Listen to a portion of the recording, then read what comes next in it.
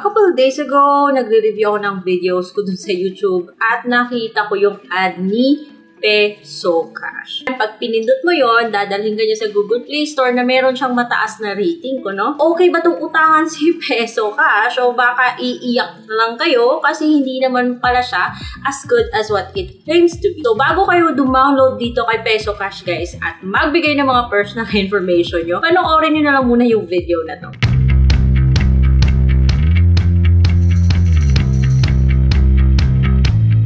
Everybody, welcome back to my channel. So, this is me, Ate Red, and isa na namang loan app po sisilipin natin. Bago ang lahat, magdi-disclaimer po tayo. Hindi po ako nagpo-promote ng mga loan apps. So guys, nasa inyo po kung gagamitin nyo yung app na to. Pero ang importante, silipin muna, kilalanin muna, bago nyo siyang i-download. Kasi yung mga apps na to, humihingi po sila ng ating personal information at baka sa huli ay magsisisi lang kayo. Kaya nga guys, in today's video, ito pong si Peso Cash yung ating sisilipin. Lalabas po siya ng biglaan lang dun sa YouTube video, sa Facebook video, at pag pinindot nyo, dadalhin ka niya dun sa Google Play Store. Kung hindi mo siya kilala, mapapaklik ka ng install kasi pag tinignan mo dun, makikita mo meron siyang mataas na rating. Rehistrado daw siya ha, but registered does not mean na okay siya para sa inyo. Kasi ako na yung nag-download sa kanya, ako na yung nag-try. Panoorin nyo muna to at sa end na lang kayo mag-decide kung gagamitin nyo ba o hindi. Pag open mo sa kanya, ipapakita nyo yung kanyang statement. Kung saan babasahin nyo yan hanggang sa dulo. Medyo mahaba-haba po siya guys.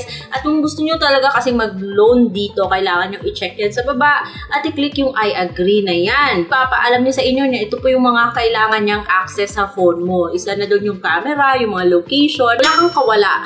Yan, hihingin niya na yung phone number mo para magpapadala po siya ng code. Saka ka mag-click ng login. Pagkatapos mo ibigay yung phone number mo, ilagay mo yung code, hihingin niya ng paisa-isa yung mga permissions na kailangan niya sa phone mo. Tulad ng location, yung permission na makapag-record, at saka makapag-take ng pictures. So, syempre, ilalagay mo while using the app, no? And then, Peso Cash to access calendar. Bakit ba? I'm sure tatawag to para mag-remind na due date mo na. Pero bakit kailangan pa niyang maglagay ng calendar reminder, di ba, no? So, pero kailangan mo i-allow yun, otherwise hindi ka makakapag-continue. And yung first page, lalabas na yung maximum loanable amount is 8,000 pesos daw. Okay, mag-expect na 8,000 yung pwede niyang ipahiram sa inyo, ha? Expect kayo na magsisimula kayo sa mababang amount. And syempre, para ma-achieve mo yung maximum loanable amount, mga ilang loan pa yung kailangan magawa dito. And the question is it worth it? So, gusto mong malaman ko na yung credit limit mo kasi sabi niya 5 minutes lang daw, makukuha mo ng fund. I-click mo yung Get My Credit Limit. Ang hihingin niya na yung mga personal information nyo. Last name, given name, middle name, birthday, gender, marital status, educational background, Gmail.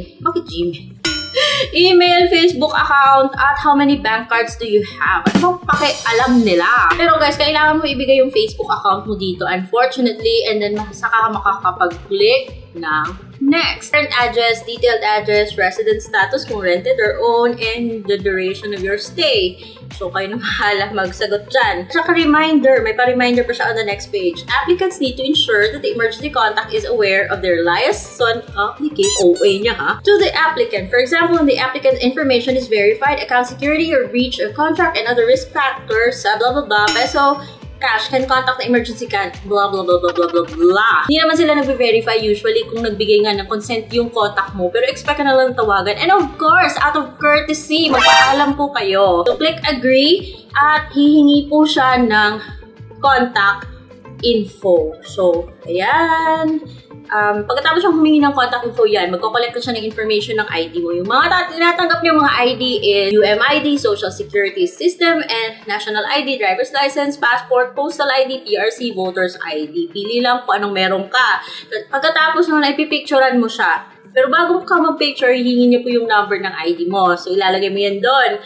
Tapos magpipicture ka at magsiselfie ka kasama ng ID mo. So, dapat clear, maliwanag para tanggapin niya. Kasi pag blurred, baka error. Hindi naman pala 8,000 yung magkukuha mo sa yung first mong credit limit. Sa akin, nagsimula po ako sa 4,000. So, kung gusto mong i-claim yan, kailangan mo daw mag-fill out ng job information. So, i-click mo yung fill now. So, sisilipin niya yung mga apps na nasa cellphone mo. So, baka iiba yung kanyang desisyon pag masyadong maraming ng mga loan apps na andong naka-install. Ewan ko.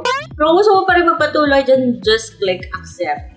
At yon, hihingin niyo yung mga information mo like personal business, gaano ba kalaki yung company mo, finance, job type, position level, duration of work, monthly income, detailed address ng company at company phone number.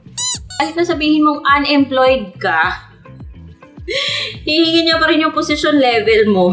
Or sagot mo na lang freelance. That's what I did. So next is magsasubmit ka ng at least isang proof ng income mo. Pwedeng in-card, employee card, at saka payroll, income tax return, employee certification, picture ng BIR permit, ng mga business permit mo, other proof.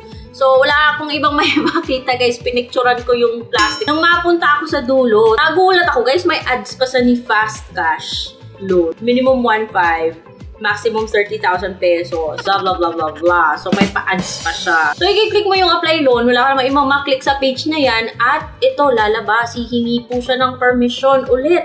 Ilang beses ba kailangan hingi ng permission mo? Ito, SMS naman. So, kailangan mo i-click yung I agree with. Saka lalabas na yun.